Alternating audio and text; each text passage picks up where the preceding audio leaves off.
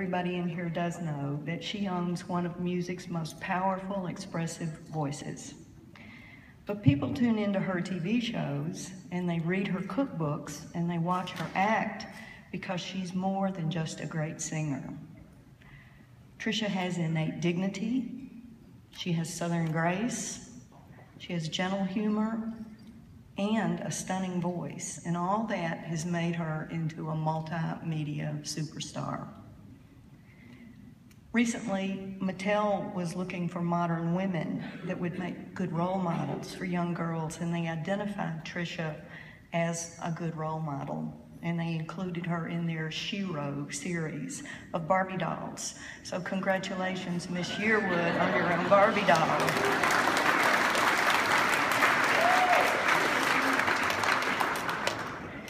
I'm not the only one that you'll hear call her Ms. Yearwood.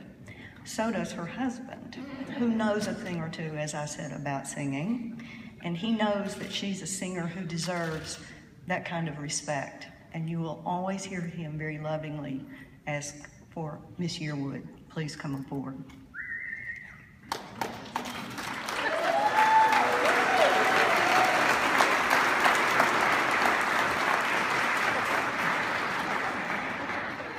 When Trisha,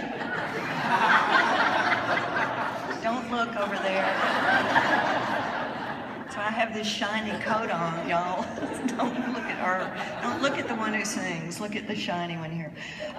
Trisha came to Nashville first in 1985 to attend the music business program at Belmont. And from the start, she had the support and love of her family, her mother Gwen, her father Jack, and her sister Beth.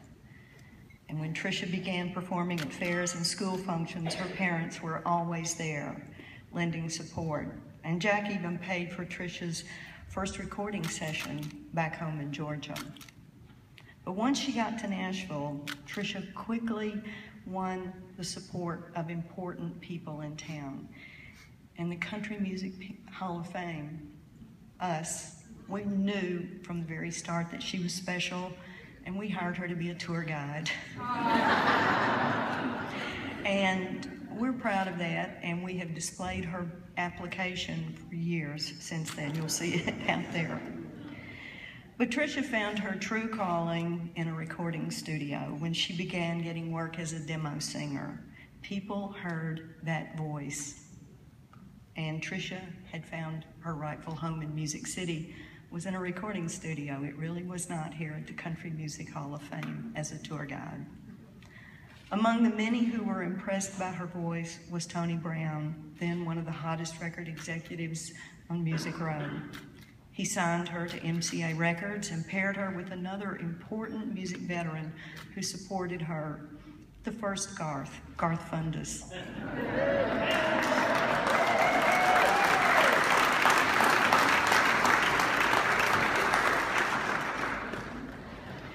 Trisha and the first Garth, Mr. Fundus, went into the studio and made history. Her debut album became the first by a female country singer to sell 1 million copies in less than a year. Her first single, She's in Love with the Boy, shot to #1. And from there, she racked up #1 hits and platinum albums throughout the 1990s. Our exhibit covers all of Trisha's endeavors: recording, touring, acting, writing, hosting an Emmy-winning TV show, and we touch on other major events, including her marriage and her current success with the record-breaking tour she is on with that other important Garth in her life, her husband, Garth Brooks.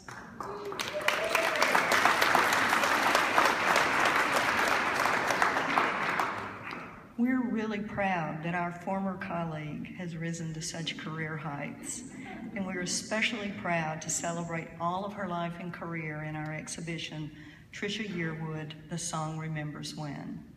Thank you, Trisha, and all of her family and her wonderful team for helping us tell this story.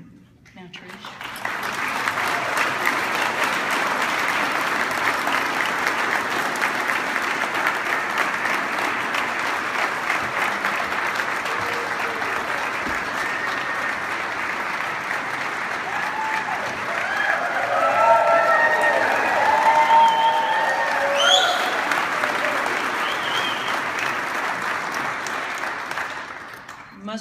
know me and my husband know that of the two of us, I am not the crier.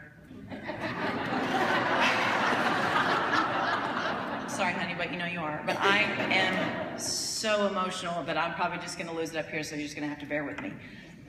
I'm so honored, and I'm honored to have this exhibit in the Hall of Fame. It's, you know, especially coming from being a tour guide here, you know,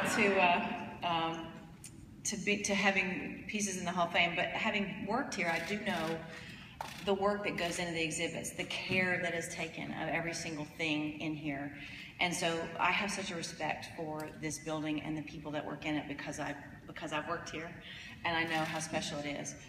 The thing that is killing me the most, I think, right now is that I didn't see the RSVP list of who was coming tonight until today, and I want you all to know that you were invited because you're my friends and my family. Even the press guys that are here, people that I've known for 25 years, you guys are here because you have loved me and believed in me and supported me from day one. That's why you were invited, and so it's important that you know that it wasn't a list that somebody else put together.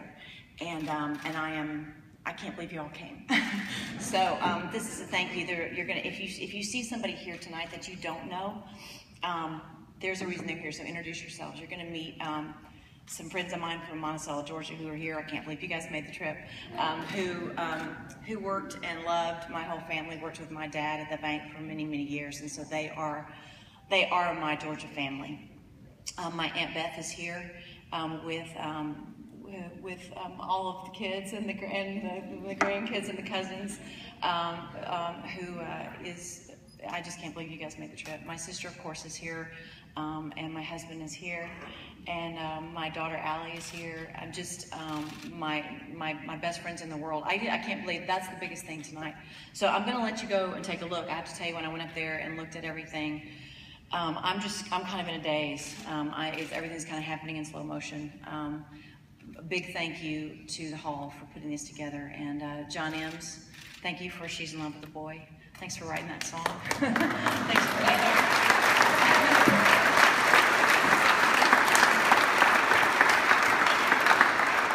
I think that Hugh Crestwood is here. Are you here, Hugh? Thank you for the song Remembers When. Thank you.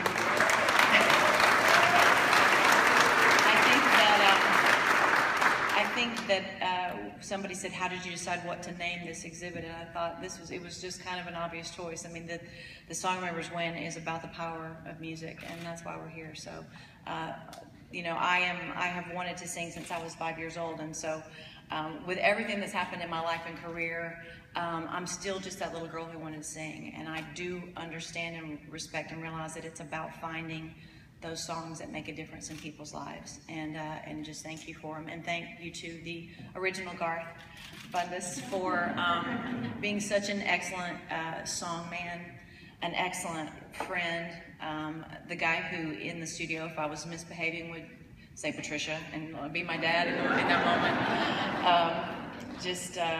Just thank you. I could thank you all because honestly, you're on this list. Hi, Pat Alger. I played in a group called Pat Alger and the Algerians at Douglas Corner. Hi, Melvin. Mervin, sorry. And Douglas Corner was where I did that showcase that had Tony Brown and Bruce Hinton. I think Bruce Hinton's here too. Hi, Bruce. I'm gonna hug all your necks, but that night we walked outside, and I remember standing on the pavement in front of Douglas Corner, and my folks and I said, well, this is gonna be, you were there, Garth, this is gonna be our shot. This is gonna be the shot to make that record, having no idea what would happen. And then finally, although he hates to be recognized, I wanna say a big thank you to my husband for always believing in me, back from the day we met in 1987. Probably more than I believe in myself. So enjoy the exhibit. If you have questions, I know the answers, so ask me. And this is about me getting to say thank you for the fact that I'm in here. So make sure that you don't leave here without hugging my neck. Thank you very much.